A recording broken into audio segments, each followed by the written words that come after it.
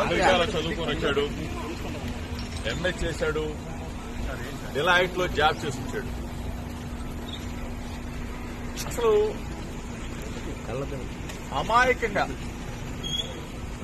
ఎటువంటి తప్పు చేయనటువంటి మా కుటుంబాన్ని నా మీద కక్ష ఉంటే ఉండొచ్చు చంద్రబాబు నాయుడు గారు, నా మీద కక్ష ఉంటే ఉండొచ్చు లోకేష్ కి.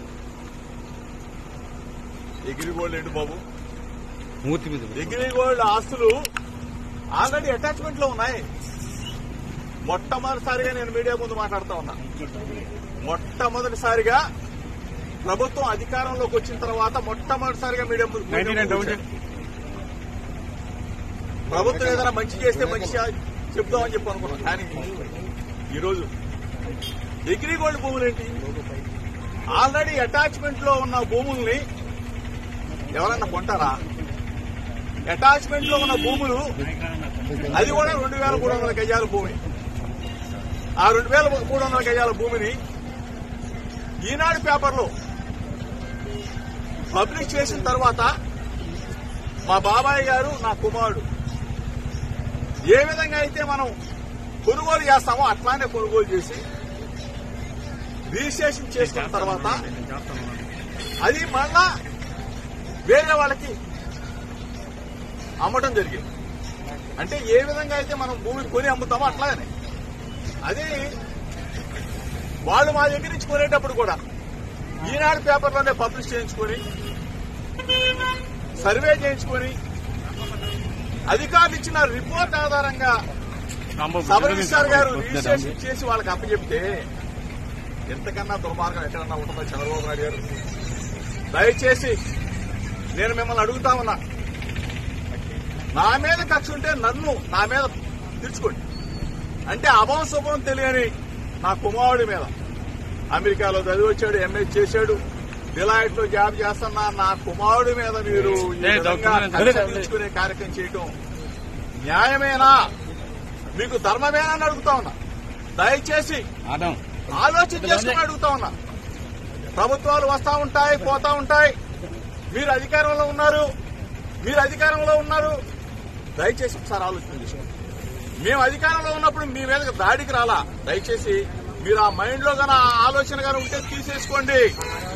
ఆనాటి ముఖ్యమంత్రి జగన్మోహన్ రెడ్డి గారి మీద అయ్యన్న పాత్రుడు గారు చేసిన విమర్శల్ని, నానా బూతులు తిట్టిన తర్వాత మీ ఇంటికి వచ్చి ఒక పెద్ద మనిషికి నిరసన తెలియజేయడానికి వచ్చాను తప్ప మీకు చెప్తే ఈ వ్యవస్థని మారుస్తారేమో, 40 సంవత్సరాల చరిత్ర ఉన్న రాజకీయ అనుభవం ఉన్న చంద్రబాబు నాయుడు గారు ఒక మంచి చేస్తారేమో, ఒక మంచి ఉద్దేశంతో రాజకీయాలను తీసుకొస్తారేమో అని చెప్పేసి మేము ఆలోచన చేశాం. కానీ దయచేసి ఇటువంటి మార్గాలకి ఒడి కట్టవద్దు చంద్రబాబు నాయుడు గారు. ఇప్పుడు రాజకీయంగా మా మీద కక్ష తీసుకోవచ్చు, రెడ్ బుక్ రాజ్యాంగాన్ని మీరు తీసుకురావచ్చు, మీరు అమలు జైలు పాలు చేస్తే మీరు ఆనందం పొందుతారు. ఏంటి దుర్మార్గం? నిజంగా తప్పు చేసుంటే, నిజంగా మా కుమారుడు తప్పు చేసుంటే శిక్షించిన అదొక అందం. కానీ ఏమీ తెలియకుండా ఈ విధంగా చేయటం ధర్మం కాదు, మీకు న్యాయం కాదు. ప్రజలు చూస్తా ఉన్నారు. ప్రజాస్వామ్యవాదులారా, ఒక్కసారి